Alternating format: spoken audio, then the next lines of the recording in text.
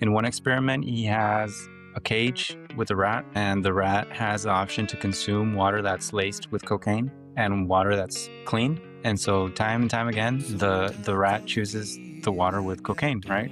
And those people used to be like, oh, there you go, cocaine's bad, we should prohibit its, access to the public. And then what this researcher does is that, okay, I'm going to give the rat the same option to consume water laced with cocaine and clean water, but I'm going to change the nature of the cage. I'm going to give the rat a lot of space. I'm going to give the rat access to mates. I'm going to give the rat access to challenges. Essentially, it makes a rat park, right? And so you guys can probably predict that the choices the rat makes are different now. It ignores the water laced with cocaine and it just sticks to water that's clean when the nature of the cage changes. And so I take this and I extrapolate this to ourselves and to why we're addicted to these things. It's because the nature of the cage, so to speak, in which we live in, right?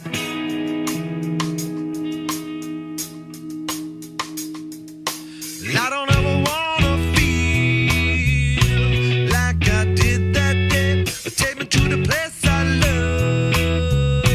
Take me all the way. I don't ever wanna feel. All right, welcome everyone to the Bewilder Herd podcast. We're so happy that you joined us today. It's the first episode of the new year. Which year it is, you gotta figure it out because I don't know when you're watching this, but it's a new year. And because it's a new year, we have a new topic. But before I introduce the topic, I want to introduce what's a good adjective? My close, dear, intimate friends, Carlos and Edgar. Gentlemen, how are we doing? I like the first two words. I don't know about that last one. Oh, my intimate? Yeah. Yeah. Close dear. I was like, oh, okay, that's nice. That's what? Intimate? No, my dear close friends, Carlos and Edgar. Gentlemen, how are we doing? Doing good, sir. Pretty good. How's the weather treating you guys today for this new year? It's raining. I know. Dude, that's how winters used to be like in Southern California. Rain, huh? Yeah. I mean, I remember Christmas, it was almost a sure day that you would get rain. Yeah. One day this rain will turn into snow and we will have a snowy Christmas. That is the hope for every Southern Californian person. Anyways, well, everyone, thank you guys for sitting here and joining me for this conversation. Today we're gonna have I hope it's gonna be a good, interesting conversation. And today's topic that I selected was addictions, and I kind of wanted to talk about addictions just because, it's a new year, and there's a lot of people trying to change a lot of habits, right?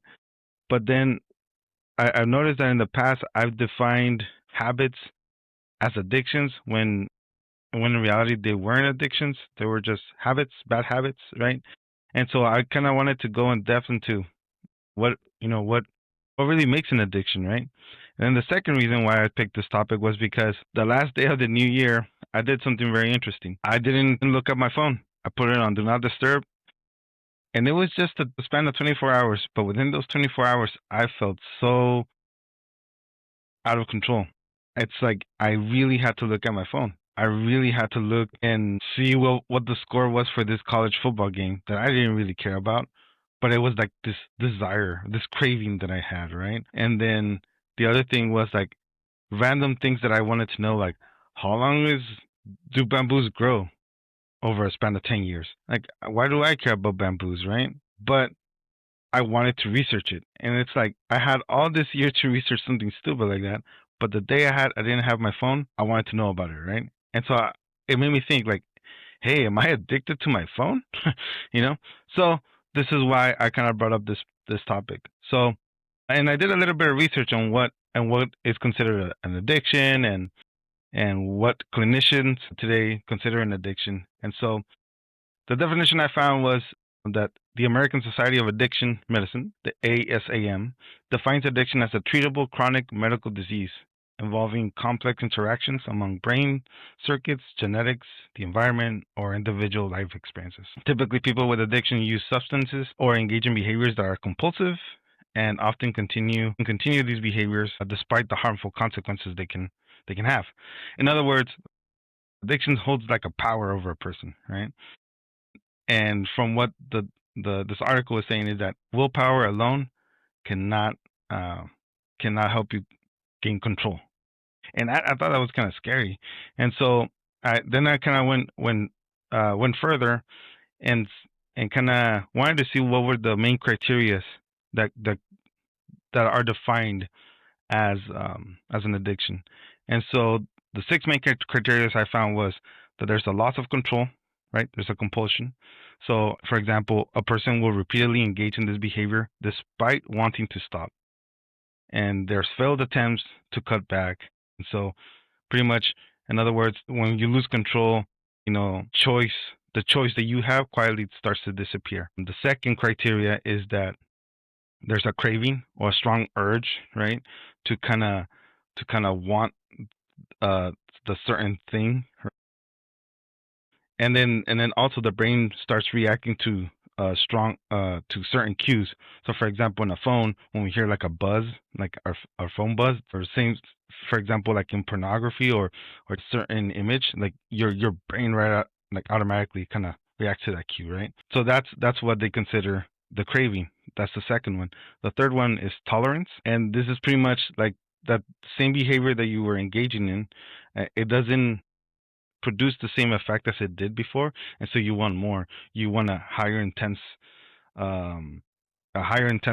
or higher frequency of whatever thing you're doing, right? So I don't know. Let's say if you used to scroll on your phone for like an hour, right, and an hour's not cutting it, now you're gonna push it to 2 to 4, etc. Then the fourth key element is the withdrawals. And so they consider that if a certain activity has withdrawals, this could also be considered an addiction. Withdrawal is an emotional or physical distress that occurs within you whenever this behavior stops. And typically we can see anxiety or restlessness or low moods, low moods in the person. And this is when we clinicians start seeing that there's a sort of withdrawal. The last two is negative consequences, which is just, how whatever behavior you're engaging in is damaging you, right? Whether it be a relationship or whether it be your health or your work. Or your work, right? We see this a lot in what I think one of the articles I was looking at was really focusing on drug addiction, right? We're so used to the term drug addiction. And so one of the biggest negative consequences, right, is it hurts your body, right? So that's the fifth key element. And then lastly, the persistence of this behavior over time. So it's just a pattern that just remains stable or it escalates. It just continues without an end in sight. And so these are the 6 elements that clinicians and the American Society of Addiction Medicine that they consider to actually be considered something an addiction, right? And so like it made me think, like, if there's these 6 elements make up an addiction, then is my consumption is phone addiction a thing, right? And then the other thing I was thinking, I was like, is porn addiction a thing? And then the last thing I was like, is food addiction a thing? Because I don't know about you guys, but I've heard these terms be thrown around, right? And so I actually found out that those 3 things are not considered an addiction by the actual Society of Medicine. So I kind of wanted to start there. Like, well, first of all, what did you guys think about those 6 elements that I mentioned? The loss of control, the cravings, the tolerance, the withdrawals. I have a question. What was the last one? After It's negative consequences? it's the persistence over time. It's just like how it just doesn't stop. It's just the pattern remains, right? Thanks. Or it escalates. Yeah, I agree with all 6 that you said based on the research that I've done as well, and from listening to different therapists. That they say that basically the same thing. But just because an addiction is not technically recognized by a governing medical body doesn't mean that it's not an addiction. So, yeah, maybe the term like video game addiction is not a medical term. It just falls under a category of behavioral addiction. So that's an important note that it still technically is an addiction. Yeah. Well, what I was reading is that the Society of Medicine was considering like using your phone or porn or food as a addiction like behavior because it affects your behavior, right? But they're very conservative in saying that it's an actual addiction. But one can argue that like for example, if we just focus on those three things, the phone use, pornography, and just food consumption, those can be a real big hindrance to someone. Even like more ones that you think are like harmless, like video games. Right. Video games, or I think I was reading like also work can be some sort of addiction, like you're just working all the time, Workaholic. workaholic, right? But one of the ones that they do consider an official behavioral addiction is gambling. So I thought that was very interesting how gambling was one of the only few recent behavior addictions that they consider an official addiction. I think it probably has to do with like time. I think gambling has been available for many years, Mhm. as the phone, specifically a smartphone, has been around for a few decades. I would say, right?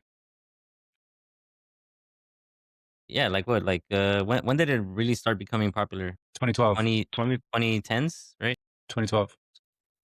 Yeah, so So yeah, you're I right. think Oh, I would pause a moment here and talk a little bit about the addiction to the phone. I think it's very real. And today, as a matter of fact, I was thinking that I should place my phone somewhere that's intentionally out of my reach when I come into work, like somewhere that I have to go walk and get it. Because if you ask me, like I would say, yes, I'm addicted to my phone. It's not a terrible thing in which it's derailing my career or my, regular doings, but it's a distraction. Mhm. And I want to minimize distractions, right? And you guys know me, right? Like I'm relatively late to the smartphone game and apps. I had Instagram for some time, and then I felt the effects of being addicted to Instagram, and I got rid of my account. I was on TikTok for less than a week, and again, it just made me feel activated in a very negative way, and I got off of TikTok. So, the fact that I'm saying that, oh, I feel that I'm addicted to my phone is just a testament to how these things are able to hack our brains and our emotions for us to just be like needing a hit, picking up the screen and seeing like who texted me, like, oh, let me look something up. And I think the fact that it's not considered an addiction might be a reflection of the powerful interest behind the people who want us to be hooked to our phones. Mhm. And I'm thinking about Apple, I'm thinking about Google, I'm thinking about Microsoft, Facebook for social Yeah, media, yeah, Meta. Instagram. Yeah, that's the last thing they want, is like to be for this to be labeled an addiction. Is like, man, it's similar in the tobacco industry, right? Like didn't they pay a bunch of scientists and researchers to kind of provide evidence going the other way, that like it's not addictive, it's not an issue, everything's being overblown, like it's okay to smoke tobacco, until there was like a huge change. I don't know when that happened, but we started putting those surgeon warnings. I mean, I think that's something we need to look into, putting it for social media, is like surgeon general warning. What you're about to do is addictive yeah, and not good for your health. yeah, and and it's funny. Kind of what Carlos said is like the behavior it kind of creates inside of you. It's very interesting how that can happen with just one little piece of hardware, right? Like during the last day of the year that I didn't use my phone, I realized that I forgot how to be bored. like like a lot of the reasons why people get their phones is because they don't want to be bored, right? But I think when you take it away, like you don't remember how to be bored. Like you have to do something. It's kind of like it also kind of goes back to what Carlos was saying. Like there's probably something behind it of you know there are interests where they want to keep people always going, always going, always going, always going, right? Because they will always try to create more content, try to create more work for them to get more profits, right? So they'll never stop. If this little machine can teach you how to just keep going and not be bored or not just stop and think, But isn't it interesting how we're like so susceptible to becoming addicted to really to anything? yeah, yeah. So I was listening to a podcast with Dr. Anna Lemke. She's the leading American psychiatrist and addiction expert at the Stanford University School of Medicine and chief of the Stanford Addiction Medicine Dual Diagnosis Clinic. So primarily, she researches addiction from substance abuse to behavioral addictions. And the first thing that she was arguing was that we shouldn't create a stigma to addiction because the reason why we're like susceptible to addiction is because of it had an evolutionary advantage back when we were hunter gatherers. So she argues that the people that are addicted were actually very valuable to a society in which there's a world of scarcity. Scarcity. Scarcity meaning we're like hunter gatherers. We don't have food. Um our species depends on mating and passing down your genes. And so in that world of scarcity, it made sense for people to become addicted. And she argues that, some people become addicted to, let's say, to food, others to gambling, others to alcohol. But just because you become addicted to alcohol doesn't mean that if you start looking at porn, you're going to become addicted to it, right? Everyone has their like drug of choice. And they asked her, why is it like that? Some people get addicted to this one thing, but then they can drink alcohol with no problem, right? Even though they're an addict in something else. And the reason is that nature made that kind of random so that as a society, everyone's addicted to one thing and will bring that thing to the table. And so, yeah, like if you're addicted to, let's say, to food and you really like this fruit, you would want someone like that on your team to like really try hard to get that fruit for you guys, those berries. You really want someone to want to mate and pass down their genes in that type of world. The problem now is that we live in a world of abundance where things are readily available for us in excess, right? Now you can get that sugar like with cookies and cereal and it's soda. And it's so cheap, right? That type of food is like the one that's addictive is the one that is cheapest and most accessible. Same thing with pornography. It's so cheap. It's free. It's readily available at your fingertips. And so you can keep getting those like dopamine hits. Yeah, and I think it kind of goes back to what Carlos was saying. Like there's certain groups of interest who don't want it to uh be an addiction, right? And so because today we have a a good variety of things that are pretty available to us, right? From food, from pornography, from cell phones, from whatever. If you don't consider it an addiction, you'll have the choice to actually let me go get this, and then without you ever seeing that trap, right? Yeah, I just want to circle back to the cell phone addiction. I think young people are particularly susceptible to this. And recently, Australia passed a law essentially banning the use of social media for people under 16 years of age. And there's been a lot of discussion on the merits of that law. Some people are all for it, others are against it. And then some people say that it's a good starting point, but it's not enough. And I think personally, I'm of the opinion of the last point, that it's a good starting point, but it's not enough.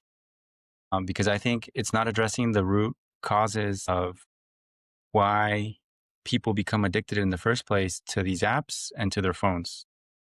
And I think the root causes of that is the imperative of these companies such as Meta, Microsoft, Google, Apple, etc., to essentially scrap, and by scrap I mean capture information, data about human existence and turn that into revenue, into profit by having predictions that they're able to sell to certain actors, mainly advertisers who are their true customers. And they just need that, right? Our whole digital experience becomes a mine, becomes a raw natural resource for these people to systematically analyze and create data structures from our lived experience. And so long as we don't regulate that aspect of the equation of how we, without our choice, are able to be studied, hacked, and sold to the highest bidder, I don't think it goes far enough. But I think that it's a good starting point to, find ways to limit access to, teenagers who are under 16 years of age to not use these apps. So you're saying the problem is not like an age limit, but it's regulating the companies mining the data that they need. Right. Okay.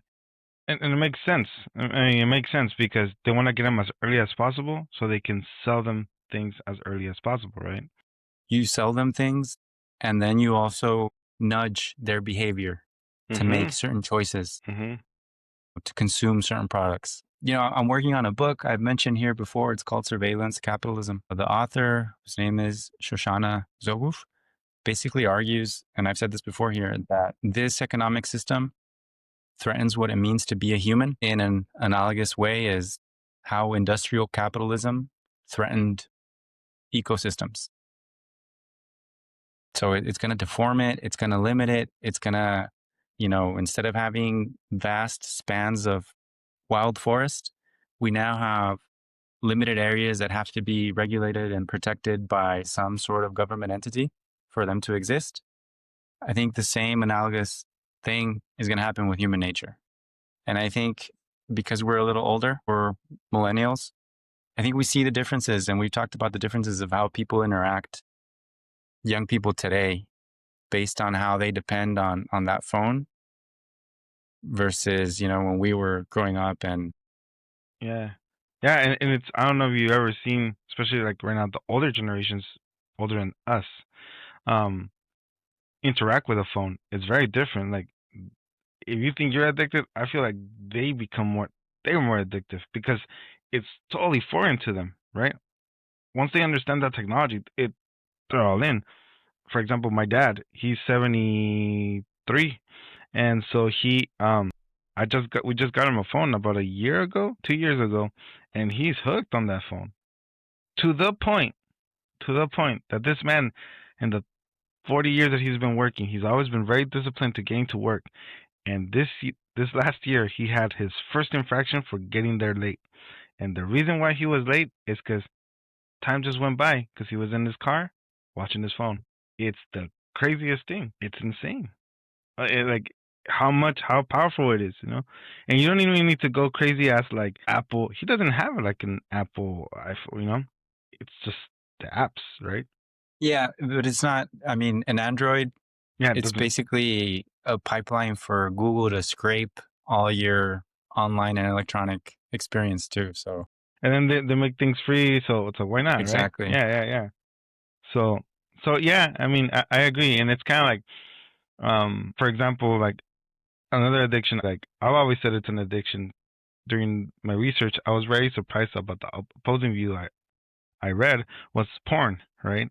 Pornography. I always thought, I always felt pornography was heavily addictive. I've had experiences with that growing up, and I've always said once I got off of it, I was like, yeah, this is an addiction. But it was very interesting to see clinicians who actually, or psychologists who said, no, it's not. It's not a behavior thing. It's more of a morality thing. And I kind of saw that point of view, but you know, I feel like at a certain point, it's kind of like I can see that argument, but then I also see how the new generation, the Generation Z and below, are getting over sexualized in social media, right? How they can't now interact or have relationships, and you can tell how sometimes even their mental wellness, like they want to be isolated. They just want to be in their phone watching these things. I mean, it's interesting you say that because I just read something related to what you're mentioning, and they also point out that it's the moral conflict that it causes within the individual rather than the addiction of engaging and watching the pornography itself, right? And then that same article pointed out that, you know, when people have relationship problems because of a perceived addiction to pornography, it's more that there's underlying issues that relationship has that are not resolved rather than the, you know, compulsive viewing of the material.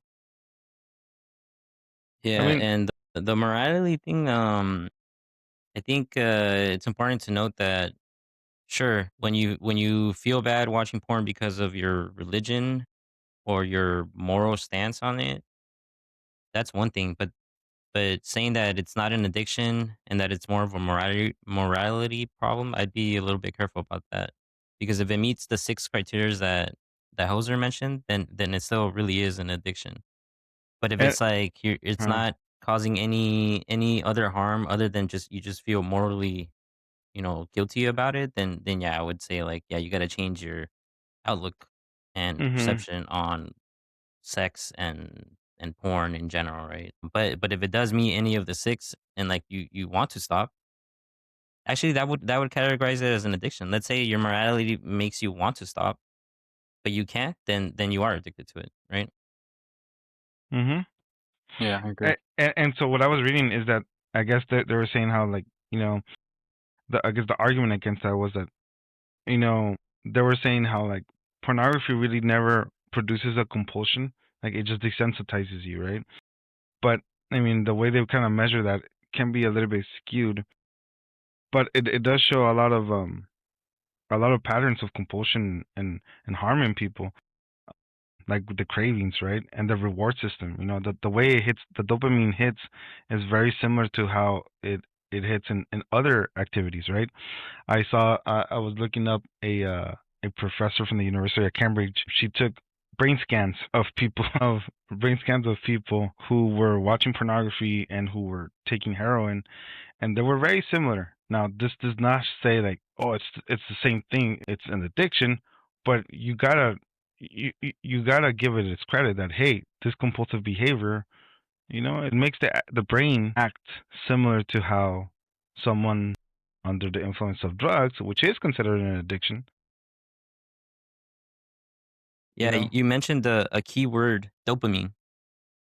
And I think dopamine is the chemical that's responsible for all addictions. So going back to Dr. Lemke, the Stanford researcher. Yeah, so she says that we have a limited amount of dopamine in our brain. And so dopamine is the chemical that makes us happy and feel good, right? And there's like she calls it like a seesaw, like a teeter totter between dopamine feeling good versus feeling bad, the pain and the pleasure. So these highly addictive behaviors causes us to release dopamine and get that like quick fix of a dopamine hit. And so they're very addictive because we want to feel happy, we want to feel good. It's almost like an escape from something we're experiencing from pain that you can easily crack a soda, watch some porn, eat some junk food, do a little bit of Amazon shopping, scroll on your phone. These are all, like very low cost, free sometimes, easily accessible, damaging behaviors that will temporarily solve the pain that you're going through. And so I think Carlos mentioned like the root cause, right? I think with addiction, people are self diagnosing and self medicating with the addictive behavior. And the reason they're doing that is that in reality, they're treating something that they don't even know what the real underlying problem is. And so I researched the this other psychologist, Dr. Gabor Maté. He's like a pretty famous Oh yeah, guy. Gabor Maté. Yeah, Gabor Maté. Yeah, so what he says on addiction is that we're trying to essentially fill a void that's being caused by either trauma or stress or some kind of pain that as human beings we're going through.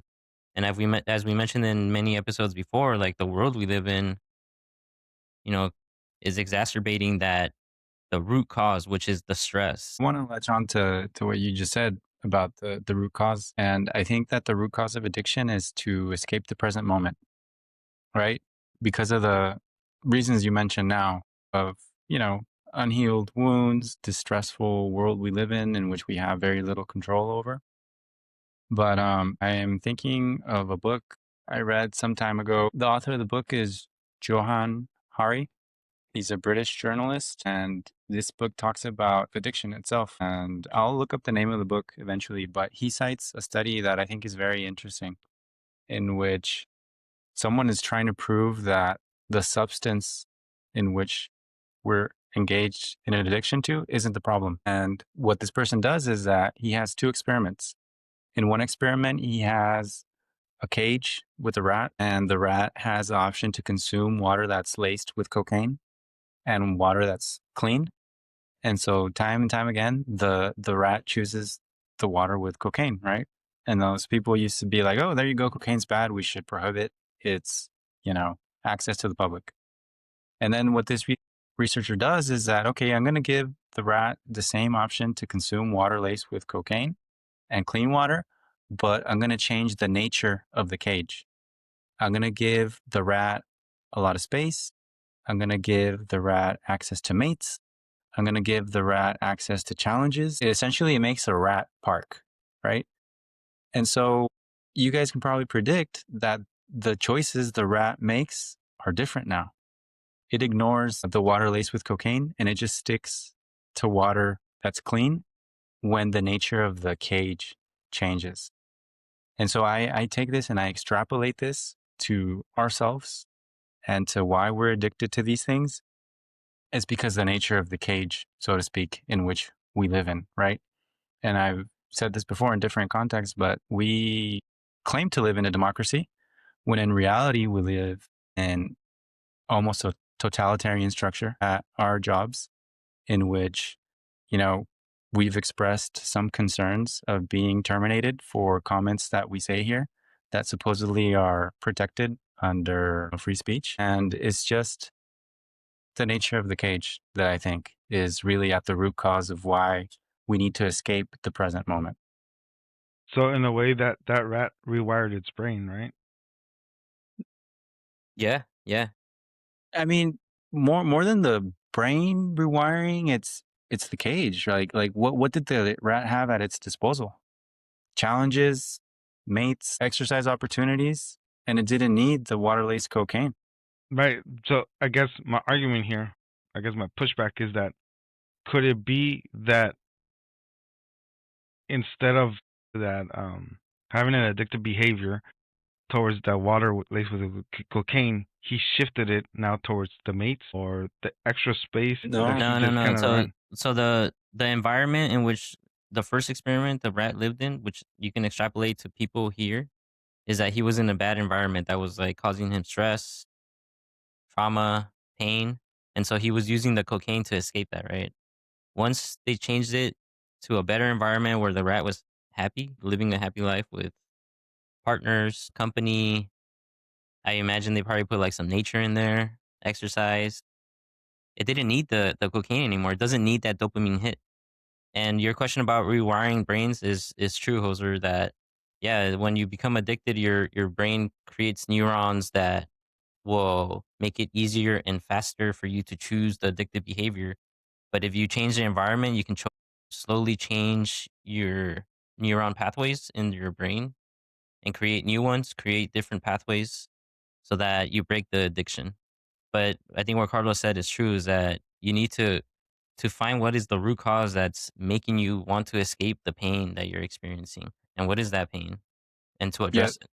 So the name of the book is called Chasing the Scream. It was published in 2015 by Johan Hari. And another anecdote I remember from that book was that during the Vietnam invasion of the United States, of Vietnam and Laos and just Southeast Asia in general, people observed a very interesting behavior of water buffalo. When the United States was actively bombing regions in which water buffalo had access to opium, the water buffalo would compulsively chew opium plants. And this was a new behavior that they didn't engage in before. And once the bombing stops, the buffalo stop chewing the opium, right? And so, extrapolating on that point, try to think of, wild nature, a wild animal, and see if you can picture that wild animal addicted to something in such a similar way in which we humans become addicted to things to escape the present moment. I would argue that you'd be really hard pressed to find a wild animal with, the required ecosystem for it to thrive, being addicted to something. I wouldn't be surprised if you had an animal in a zoo that had some type of compulsive addiction that was running counter to its health. But out in the wild, I think that it'd be really difficult to find an animal engaged in compulsive addictions that were detrimental for its health. Yeah, I agree on that one. So it sounds like we're getting into kind of like the how to treat addiction. But before we hit that, let me ask. So then, do you guys think that addictions or like addictive behavior is like a chronic disease, a chronic condition? Sorry, or is it something that you can just fix? No, it's Know what? it depends. So Dr. Lemke, she has in her work, she has this like 30 to 90-day fast that she prescribes to people that are addicted. And so I guess you could try to do it on your own and to see if you're, if you're even addicted. And so whatever you think your addictive behavior is, whether it's video games, online shopping, whatever, you can try to stop it for a period of 30 to 90 days. And if you could do it no problem, then it sounds like, it's more like a behavioral problem, not so much an addiction. But if you can't stop during that time on your own, or you experience withdrawal symptoms, the ones that you talked about, Hoser, where you're like restless, you can't sleep, maybe you get physically sick and it's hard, then yeah, it sounds like you're pretty addicted. And so in that instance, that would be your cue that you can't fight this alone. You need like a professional help, Mm-hmm. and that would be cognitive behavioral therapy, seeing a psychiatrist if you really need like if it's so bad that you need drugs to treat it. But the first step would be like a cognitive behavioral therapy. So basically seeking a therapist. Well, And that's that's a really good recommendation for listeners who might be struggling with some addiction. We're not licensed psychologists. But yeah. We're just here, sharing our views. If you think you need help on treating some addiction, seek professional help from a qualified professional. It doesn't matter what flavor of psychology you might be into, psychoanalysis, CBT, you name it, but seek help from someone who's qualified to help you. Yeah, and everyone thinks that they could like, oh, I'm not addicted. Like I can just stop the behavior. But just to give some context, and to make people feel less bad about themselves, because again, I mentioned that stigma that seeking therapy. I don't know why it just has a stigma here in the U.S. especially in our culture. Yeah, our culture just makes it like really hard for us to go seek help because of the stigma associated with it. But the reason I say that I think everyone should be in therapy is because the National Institute of Health researched over 83 studies. So they skimmed through like 83 different studies to see approximately how many people were addicted in the US. And this was back in 2010, right? So in 2010, they found that up to 61% of people could be addicted and have an like an undiagnosed behavioral addiction. Up to 61%. They landed at the most plausible number was 47% of US adult population suffers from some kind of addictive disorder over a 12-month period. And so, I mean, that's like half of the population. And this was in 2010. Carlos said that smartphones really became prevalent in 2012, right? And I tried to find another article that like researched this on how many adults are estimated to be addicted after smartphones, and I couldn't find one. So I imagine that the number is going to be like even way higher, right?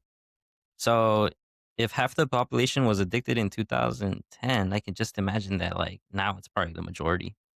I think the majority of us here are addicted to something, and that we should probably go seek professional help. Yeah, certain foods I pick and crave that certain food. Be specific. You're not addicted to salads. You're not No, addicted no, to no, no. almonds. You're not Well, addicted to Greek yogurt. You're it's addicted to junk ultra food. processed Yeah, food. high sugar, high fat. Yeah. High sugar, And it's high not an accident because there's really smart people, scientists, coffee. perfecting the formula of the right combination of salt, sugar, and fat for you to need that fix. Yeah, I agree. And one of the things that I also was thinking about was, and this is why I was asking about the rewiring the brain to where you rewire the brain in such a way that one addiction just gets kind of shifted to another thing that's more socially acceptable, right? That's why I was I was asking that question with the rat because I feel that before I became Christian, I mean, I wasn't addicted to alcohol, but it was always kind of like, or I wasn't like a big heavy drinker, but it was kind of like, hey, let's go eat. I want to order a beer. But then it kind of shifted to coffee because that's socially acceptable, right? That's kind of like, oh, you drink beer, but coffee? Nowadays everyone drinks coffee, and I was like, is that a thing? Is that something that maybe my brain got rewired and never really healed? I guess you can say it just shifted from like alcohol to coffee, I mean, look, because it's back to the ultra to the high from sugars. what we know you, I would really question you addicted to a beer. You weren't a drinker. You were never a drinker. We had to really peer pressure you really heavily to get you drunk. So I really question your claim that you had this addictive behavior with beers. The people don't need to know this.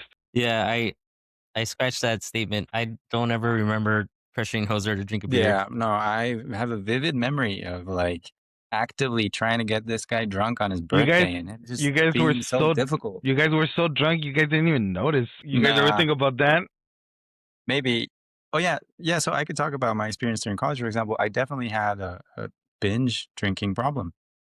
I wasn't drinking every week. Maybe I was, but whenever there was some type of social gathering, I'd be off the charts, right? Like, I don't know how many beers I drank, like something ridiculous, which was a problem. I just remember you would, huh? Yeah, dude, Yeah, it wasn't good. Dude, every social event, meaning like every day we had a social event. No. relax. I mean, like parties when this guy would DJ. No, I remember even at our apartment. Yeah, dude, we were drinking a lot, man. Even at our apartment, That's like we true, would have people dude. over. That's true. That's true. I mean, dude. yeah, it was embarrassing because there would be cans of beer everywhere on like all the Yeah. counter space. Yeah, there was that one year when we just. I think that was when San Diego was on fire. Yeah, we had more like beer than water at the time. Yeah, that. Yeah. But going back to the coffee, Hoser, coffee's a drug. In my mind, coffee is as much as a drug as cannabis. That it affects how your neurons fire. It affects your behavior, socially acceptable or not. Like, who's going to determine that? The government? I mean, I remember like the very first time I smoked, pot, the thought came to my mind was, why is this illegal? I've been drunk. I've had a lot of beer and it's different. Which kind of leads me back to that book I mentioned by Johann Hari, Chasing the Scream.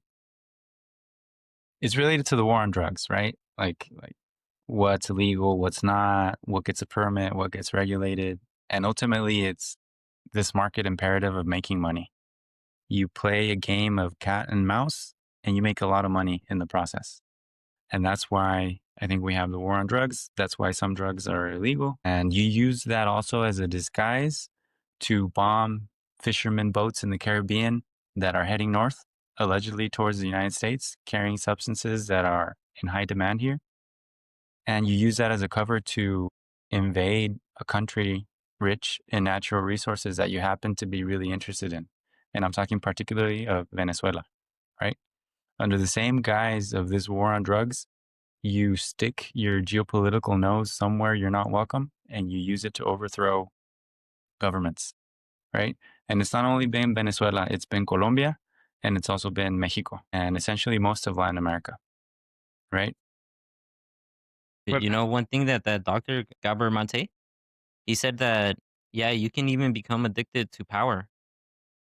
That power provides that same dopamine hit, and that countries can become addicted to power, and that's why we see expansion, we see war, and the system that we live in, capitalism, rewards certain addictive behaviors because the more money you make, the better off in society you are. But people could become addicted to acquiring money and acquiring power. So much so that we're on track to have our first trillionaire, right? Like, who the hell needs that much money? And so, yeah, I think the society we live in, the form of government we have, is not conducive to taking the rat out of that bad environment and putting it in a more productive, beneficial environment to the society. I think capitalism allows people to have too much power, have too much money, and we see the things that Carlos is talking about. We're trying to take resources from another country. Why? Because we need that expansion, man. We need those resources. We're just addicted to power. Why do billionaires need more money? Why can't they just help people with chronic diseases as opposed to turning down their insurance? It's because they just need more money. So it seems to me that if one, I think that that's kind of sad, especially with how you know they can utilize the topic of addiction for personal political powers, when in reality it affects real people and real everyday life, right? But I don't know. What do you guys think? How do you think someone would combat addictions? Like, how would we go about rewiring our brains? Like, for those who are really suffering in day to day life, sure, there's interest, but then circling back, how do we kind of combat against these addictions? Are we just doomed to just always be addicted for life? Have it as a chronic condition, or do you guys think it's? Well, I would assume the first thing is acknowledge it, right? Awareness, yeah. I Awareness, would right? go back to understanding the nature of the cage, because I think that us collectively as individuals, we're more like the rat in the first experiment than in the second one. And the more we become aware of the cage, so to speak, in which we live our lives, at least we start being able to be aware, to be present, to acknowledge, right? And to stop avoiding the present moment. I think that that would be a good starting point for me. And then the second part is what we mentioned earlier of like seeking professional help. And even that, I kind of sometimes question, because sometimes I think that the whole business of mental health and counseling is perhaps also meant to facilitate your functioning in the society and the way in which it exists. So I think the response to being in this society that is very violent, very militaristic, very consumeristic is a normal response is to kind of be depressed, to not feel good about the world, question things. And so that's where sometimes I question that mental health can step in and kind of like try to help you to be functional in a society that is not functioning for your flourishing, in a society that's functioning for the benefit of the oligarchs and the owners of society, right? And so this is me throwing a big asterisk, questioning what the mental health industry is doing. I mean, I'd like to see more mental health professionals say, get free or die trying. If you want to be free, define what that means for you, go for it. And better to live, 10 years trying to live standing on your feet and fighting for your freedom than to live 3, 4, 5 decades being a servant to the masters of society. Are there mental health professionals who advise something like that? I don't know. Would I like to talk to one that had that kind of outlook? For sure. Yeah, from the research I've done, the way to treat addiction is essentially you kind of have to go against the society you live in. And that includes removing yourself from the environment in which you currently live in. And so it is tough, man. And I thought Carlos was gonna say that, he'd be hesitant about the medical world because they might prescribe you like a drug, and then the whole drug industry is fueled by money as well. So yeah, I'd be careful about going to a psychiatrist and getting prescribed drugs right away without putting in some of like the work with the psychologist and more on the behavioral therapy side first. Then if you really need the drugs, then you go that route. But going back to your question, Hoser, about like how do we change addictions and what do we do? So if you go to a psychologist, um, they're gonna help you with cognitive behavioral therapy. And so Dr. Anna Lemke, she likes to treat dopamine as a credit card system. She has a metaphor for dopamine as a credit card system. And so the way that dopamine works is that we use it like a credit card. We have a limited amount of dopamine in our brain, and we're trying to buy these big hits of dopamine with money that we don't have using a credit card. So this would be like the cheap dopamine, the instant hit, the watching the porn, the shopping on Amazon, drinking, stuff like that. That's like buying happiness with a credit card. You haven't earned it yet. And so she suggests that to combat that, we have to put the work up front and buy it with cash you've actually earned that you have on hand. And by that she means do things that on the surface seem like they cause pain, but in the long term they're going to give you the pleasure that you seek. And it's a little bit more work than getting the instant dopamine hit with those addictive behavioral problems. If you buy the dopamine with the things that actually work. So this would be like doing exercise, going out into nature, having meaningful relationships with people, work, having meaningful work and a purpose. And these are all things that we've talked about in other podcasts where they kind of go against what the society that we live in, pushes you towards. Like, just be a worker bee and make some profit for a CEO, right? Like all these things kind of go against that and they're hard to do.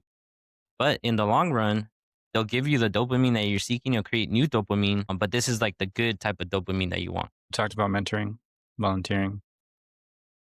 That's also really good and positive. I think that one of the things that to me, I think I've seen help a lot of people, and I'm not saying this is the way, but it's also going back into a higher power concept, right? Going to believing in God and believing in a higher or in the deity concept. I feel like the root of addiction, and it's that it's something that holds a power over you, that where your willpower alone cannot help you, right? And so even if you look at, and I'm not just saying it because I believe in God and believe in Jesus, whatever, but it's because the Alcoholics Anonymous, one of their ways to kind of get people sober is that they don't require you to believe in God, but they do require, one of their steps is kind of like looking towards a higher power, right? Because it kind of stems from the belief that something outside of me can keep me sober better than my own power, right? And I know it's helped a lot of people get off of alcohol, and I think it is a good concept to consider, Yeah, the reason why that works, Hoser, I agree with you, is because it provides one of the four things that I mentioned, which was the finding meaning and purpose in life. And the other reason why Alcoholics Anonymous or any of those like AA groups work is because they have two of the four solutions, I guess, right? So they have the creating meaning and purpose.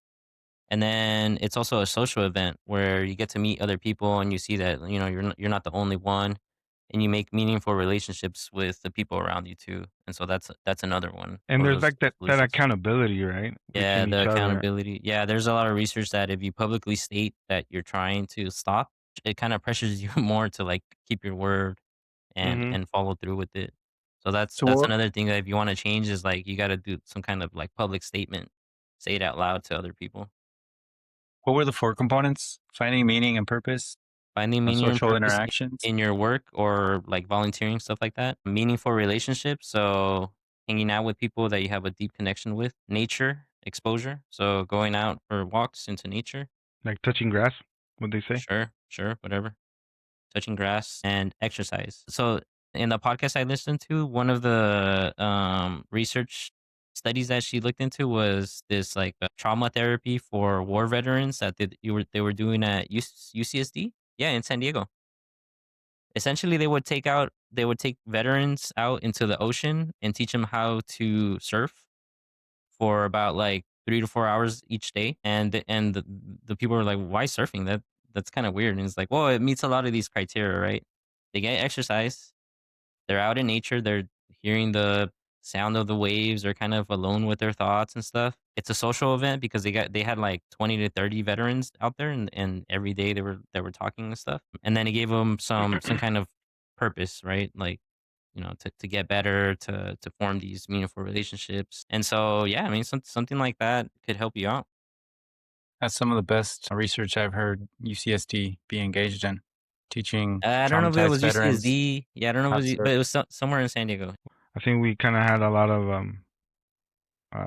good research for this episode. But I think it is important to kind of to remind the listener that if you are struggling with an addiction, please seek professional help. You may be a little bit weary on which help that would be and how to get that help, but the first point is to acknowledge it and to just seek the help and go with someone you trust. And I don't know, what do you guys think? Yeah, I mean, I think most, like I said, that research study was done in 2010, and at that point, half of the population was addicted. So this was before smartphones. Now I would say the majority of us are addicted to something. And so I always say that, we should all be in Hmm. therapy. We should all get that help. And we should all do those four things that I mentioned to kind of slowly change the wiring in your brain to have a more meaningful and happier life. And then you won't need the whatever you're addicted to, you won't need it anymore. Like that rat that Carlos mentioned. And as for us, I think this year it would be good to just keep our phones away as much as possible. I think leaving it in a different room, not bringing it with you to your bedroom, that would be a good first start. Or Yeah, for those me, are like, don't take it to the you got to bathroom. be careful with those because they're kind of like short term band aid solutions. Like, oh, if I just put a barrier between me and the addictive behavior, but they're not treating the underlying cause. The underlying cause is that we're like unhappy, we're stressed out, and so the other four, if you treat those four and you have a meaningful life, then you won't need to do the addictive behavior. It helps, but it's not. That's not the real cure or treatment. I mean, the only caution I feel is that it sounds so simple, right? It's not. And It's I hard. mean, sometimes the best things in life are simple, but they're also deceptively really difficult to do and follow through with and turn them into habits. Hmm. And so it's good to remind ourselves not to be so harsh Yeah, on when we fail or when we go back to the things that we're addicted to. yeah, I think to me, ultimately, it's the nature of the cage. It's this mixed market economy we live in that prioritizes shareholder value for the near term. That is at the core of why we have so many social ills, right? This imperative for the profit makes companies hire scientists to make these combinations of salt, sugar, and fat that aren't good for us, right? It's the extraction imperative of our lived human experience that these companies need to turn into predictive products that makes smartphones so addictive. And so until we change the nature of the cage to turn our world more into that second rat park, so to speak, in which we're able to live lives that are fulfilling and challenging to us, that don't require us to, go back to the laced cocaine. I think this is going to be a part of just how we live and how we cope. Yeah, and Dr. Gabor Maté, he makes the argument that it's cyclical because our parents were part of that society and they grew up in that. They passed it down to us and raised us in such a way that caused trauma. Not because they did it intentionally, but because they just lived in that world and they didn't really know any better.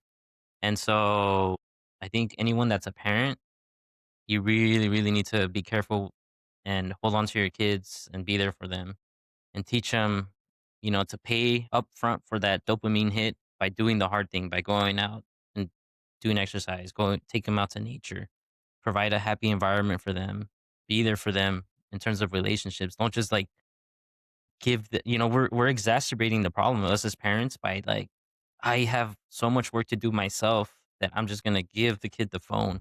And then you're starting addictive behaviors from such a young age because it's a quick solution, right? And Yeah, so parents have a really huge responsibility to prevent that for the stopping the cycle and preventing that for the new generation. so I read an article that is basically making the analogy that when parents give the cell phone to the kids, it's like they're giving them crack. Yeah. especially because their brain hasn't formed yet. Yeah. Like, it's super addictive. Yeah. But I wouldn't. If you're a parent that does that, I wouldn't blame you. I will push back on what they're saying because that doesn't mean you're a bad parent. It's just Yes, it does. no, because parenting is different for each one. Well, they don't. Parents don't know any better. Right? It's not that you're a bad parent. It's just that Yeah, we it's live in a bad zombies. It's society. zombies raising zombies. Yeah. Don't beat yourself up to it too much for it. I mean, we're It's called a process. It's a process, right? We're bewildered, right? exactly what I was going to say. We're called bewildered herd for a reason, and we are part of the bewildered herd for several reasons. So it's part of being in the herd. The last thing I was gonna say was there's one drug that has been shown to be super effective for addiction, and there's actual like scientific studies done on it for alcoholics, and that's naltrexone. Yeah, so naltrexone interrupts the dopamine receptor so that like you take the naltrexone before you do the addictive behavior, and so if it's drinking, that's where the main studies were done. Is like you'll take the alcohol, but it's blocking the dopamine receptors, so then you don't feel happy like taking it, and so it's kind of pointless to drink now because it's like I'm not getting the dopamine hit. So for anyone struggling with addiction, like, that might be an avenue to pursue with the professional. Yeah. So I mean, you got to put in the hard work with the behavioral changes. This is more for like anyone that can't do it with just behavior changes alone. Well, gentlemen, this is awesome conversation. We could keep going, but I think this is a good place to stop it. Thank you guys for all your research. I think I learned a lot. And again, if you're going through an addiction, please seek professional help. We are no one to tell you this is why it is, but it's something that we've had in mind and that we wanted to kind of share the discussion with you, all of you. All right, everyone. Well, that's it for today, and I think this is a good start for this new year. So we'll see how we do in the next episode. All right, guys. All right, y'all. All right. I'll catch you guys later, and Happy we're New Year. out. Happy New Year. I don't know what's